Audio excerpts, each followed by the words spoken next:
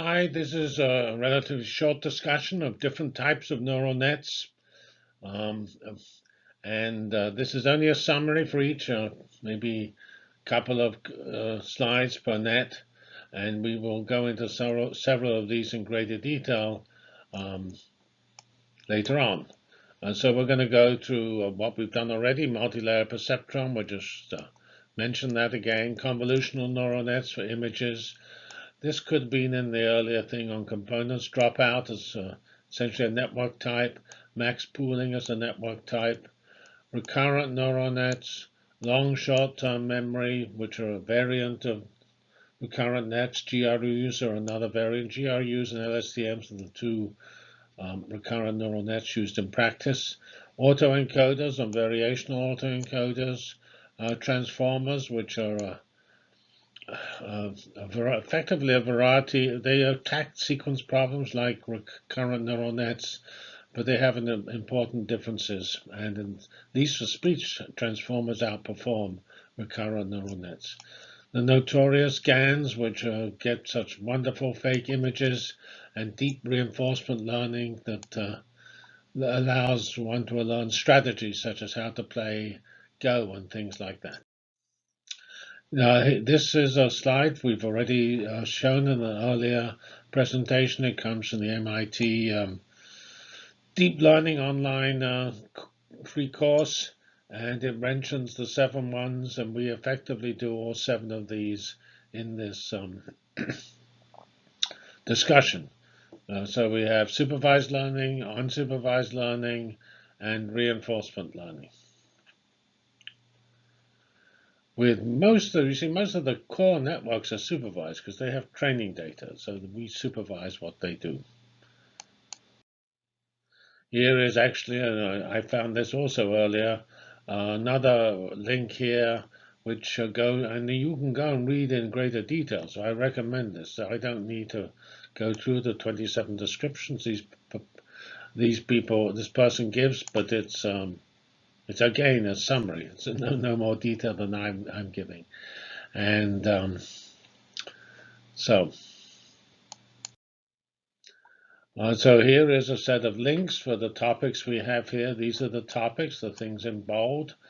And I've already effectively gone through those in my initial first slide.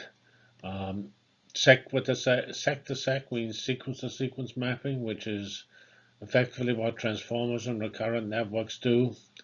And we just have multiple links. There are many, many more other excellent links. There's no reason to believe these are the best links because so many more keep coming along. It's such a rich, well done. This field is so well documented compared to fields in the past. It's quite amazing because the equivalent of the blog now, although it existed in the past, people wrote essays. Those essays were not properly preserved unless you were very famous. Well, we start off with this picture we've already seen. I don't think we need to go through it again. I just refer you to the detailed, we actually have a detailed link which we'll give on the next slide to the real implementation on MNIST. And we have the input data coming in and the output results going out, which is either a regression, and we have a number, or a classification, typically done using softmaxes. And the detail, as always, the detail parameters here, the number of nodes and the number of layers, those are called hyperparameters, and you have to search for those by just running over all possibilities, although you, of course, initially use your experience or other people's experience to write down an initial value. Here is a example of multiple layers for the MNIST problem, and you can learn more about it from these GitHub links, which have the code which is recorded here. So this is just a place you can use. I won't discuss these examples because you have to go to the GitHub and use them. All right, here we have a convolutional neural nets, and these are the sort of the most typical deep learning network there is, and they're the original success in image processing were done with CNNs. RNNs were used for language translation and things like that. CNNs were used for images, and those two developments, RNNs for translation, CNNs for images, those created this whole field by taking all the early work, which has been going on for an awful long time, but didn't really realize itself because it didn't have the data and didn't have the computing. Now we have both the data and the computing. So convolutional neural nets are characterized by having sparse networks, and they're used for problems like images which have local structure, and therefore you need the sparsity to identify that local structure. So CNNs are hugely successful and incredibly sophisticated these days. When we go on to discuss image processing and also just CNNs themselves in detail, we will see how sophisticated they are. The most famous CNN from the past, in 2012 I think it was, is AlexNet, which really introduced some of the modern ideas for convolutional neural nets and won the famous annual image processing contest. Okay, so this is the CNN example for MNIST. Here we have the nice GitHub pages with the examples, and here we have the code.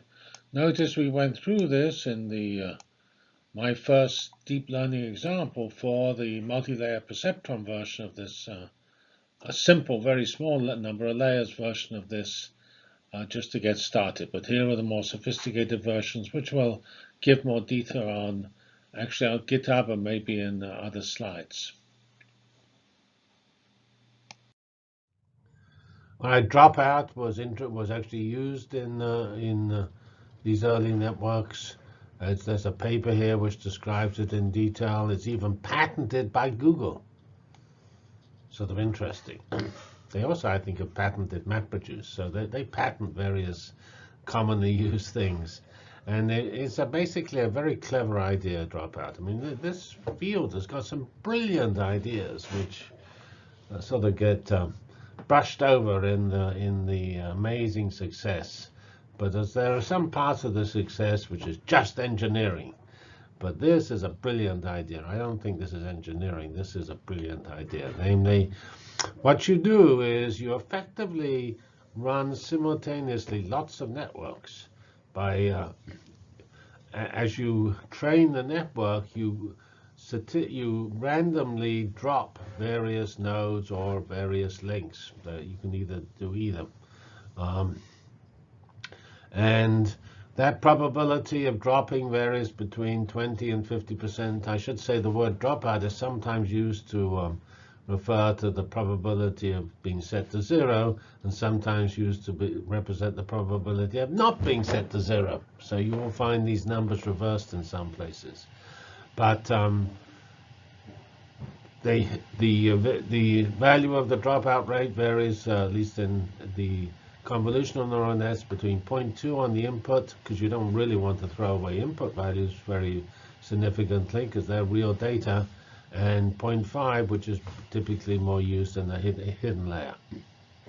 And it forces neurons not to be too dependent on other neurons. So this is shown here. Here we have a basic fully connected. This one's a fully connected neural net, and here we have we just removed some of these neurons. These are the ones with X's, and of course we have fewer connections because the removed ones are no longer relevant.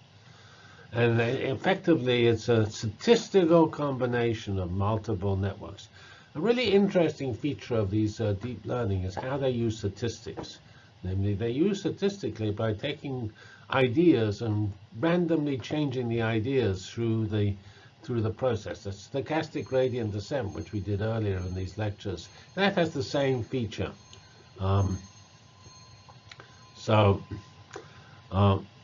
I say this simulates, because of this feature, the combination of several networks. But obviously, it takes longer to converge, but hopefully the convergence is more robust. And it's a very powerful method, which is very impressive. Okay, max pooling. It's actually a sort of lower level idea. It's not at the deep, the critical high level like CNNs or RNNs. It's a feature which is included in neural network architectures, which is a type of layer. And this is a layer that takes lots of inputs and somehow merges them together. With the max pooling, you are actually taking the maximum value. It's probably the most common pooling layer, but you can also do average pooling. You just take the mean of lots of values, and you can also use generalized transformation. And there are papers, if you just go to the internet, you will find many papers on these generalized responses. So it's a way that you can have, and it's often used to, again, solve overfitting and similar problems because you take multiple neurons and merge them into one neuron. And so that's, and I say this is sort of natural. Obviously, you want to somehow reduce the size and keep the size under control, and pooling is a typical way of doing that.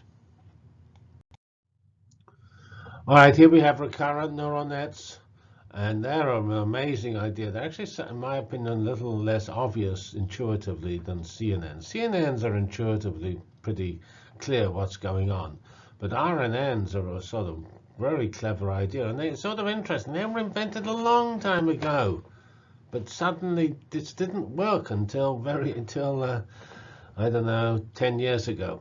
And since then they've exploded, and all this work done at that time, which includes actually the improvements of RNNs to LSTMs,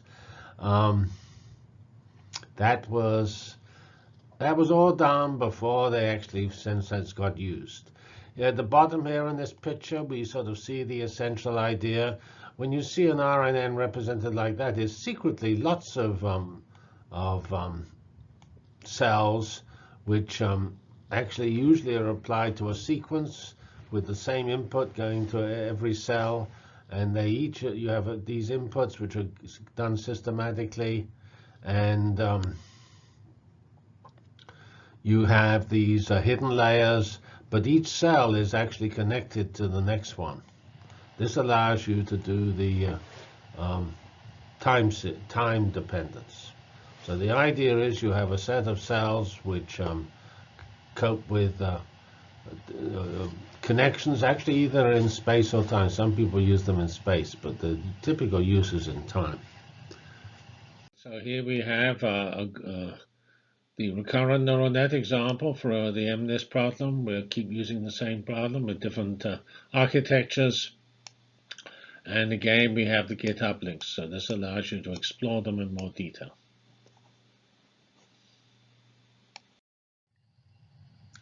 Here's a much more complicated example, which is actually what's more often used, is more successful, which is an LSTM, long short-term memory, pretty peculiar name.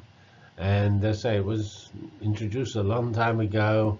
It has this rather complex structure with a set of gates and these various sigmoid activation layers. It has a context, which is dependent on time, and a hidden value, which is dependent on time.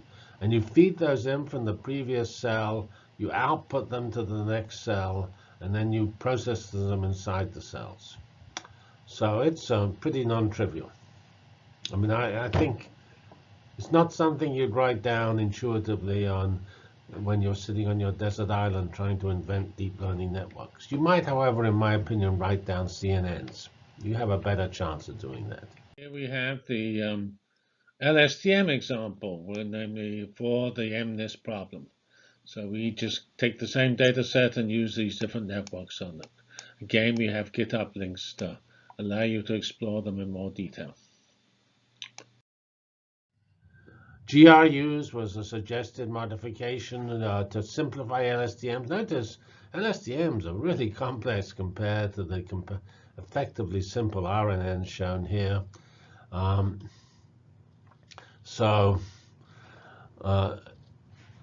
lot of the reason the LSTMs and GRUs are used is to solve vanishing gradient problems, which we mentioned before, because they have because they remember things over longer distances than RNNs.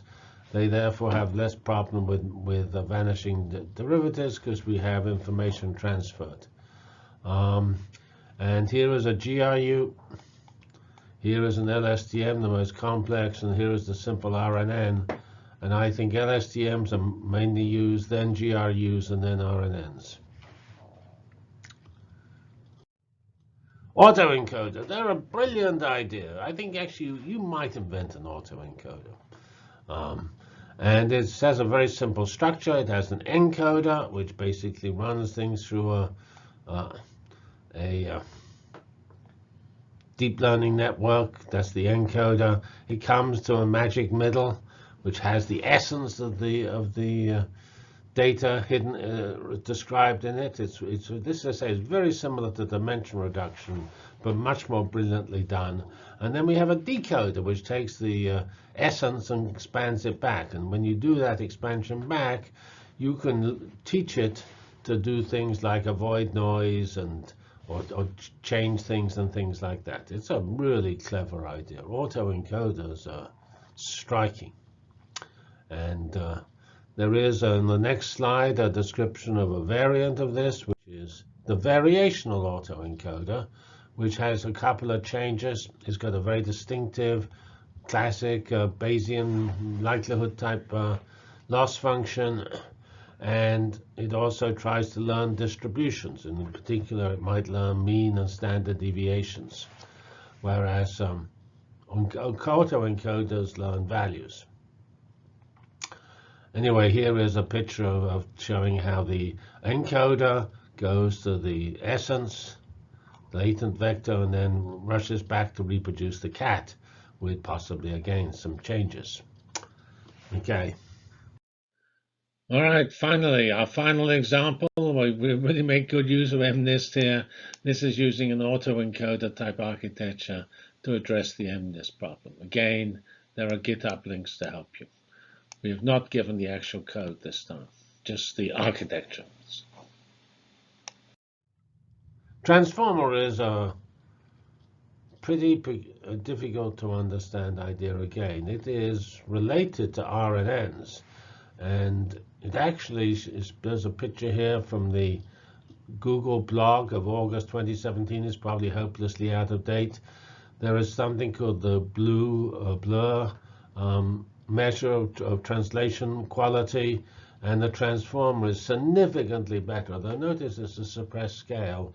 This number here is around 24.5 for RNNs, and then up here we have 28.4 or something, which is the transformer. And they have some relatively non-trivial structure, which is designed to include attention, which is again it's the same idea as an LSTMs, but implemented differently. That you must have associated with your learning both the thing that takes your sequence forward, but also something which represents the overall environment in which your sequence lives, so that you can sort of remember the fact that the type of things that are being described. Namely, if you're living in a world where cats and dogs are in the sentence, then you're likely to see things about animals and stuff like that. So that's the context. So, and then we say this can be done by various forms of neural nets, which are illustrated in this diagram here. We will hopefully have, in the applications part of this course, a discussion of translation. Generative adversarial networks are another amazing idea, which again you would find hard to invent on your desert island. And it basically has two neural nets, which are illustrated at the bottom here, a generator and a discriminator. Here's the generator. And the discriminator is trained on the truth, and the generator is trained to produce lies, and they compete with each other and thereby actually have a much better can both understand what the truth is better and reproduce fake images with alacrity. Pretty interesting. And the final type of neural net is shown here. It's all of it's a sort of classic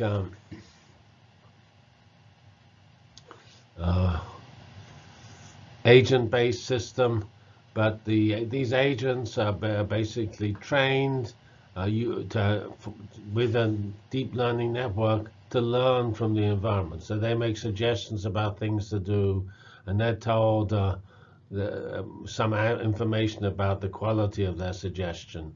And the classic example of doing that is to train mice with cheese and things to get through mazes, which is illustrated by this GIF at the top. There are also lots of videos here. Cheeses and mice. This is one of the more remarkable videos. There's nothing much to do with deep learning, but there's a pretty fun video about what happens to mice when the world changes and the cheeses move around. That is actually pretty serious for everybody these days, because the world is changing. We better change ourselves, or else we're going to be in trouble. Okay, so that's the end of my video on these our overview of deep learning networks, and this is just a snapshot of what we'll do in more detail in the following slides. This is just one slide per concept, and later you'll get typically many slides per concept. Thank you very much. I should say on this picture here, there's even, I forgot to mention this picture here of the actual environment, which is shows the environment, the agent which which is learning. The agent suggests actions, the environment responds, and then the interpreter tells the agent what's going on and how well they did. All right, so that's it. Let's go and make certain we don't get trapped in a world of yesterday's cheese. So which is the serious problem. And actually, these agents better know that their cheeses could change. All right, thank you.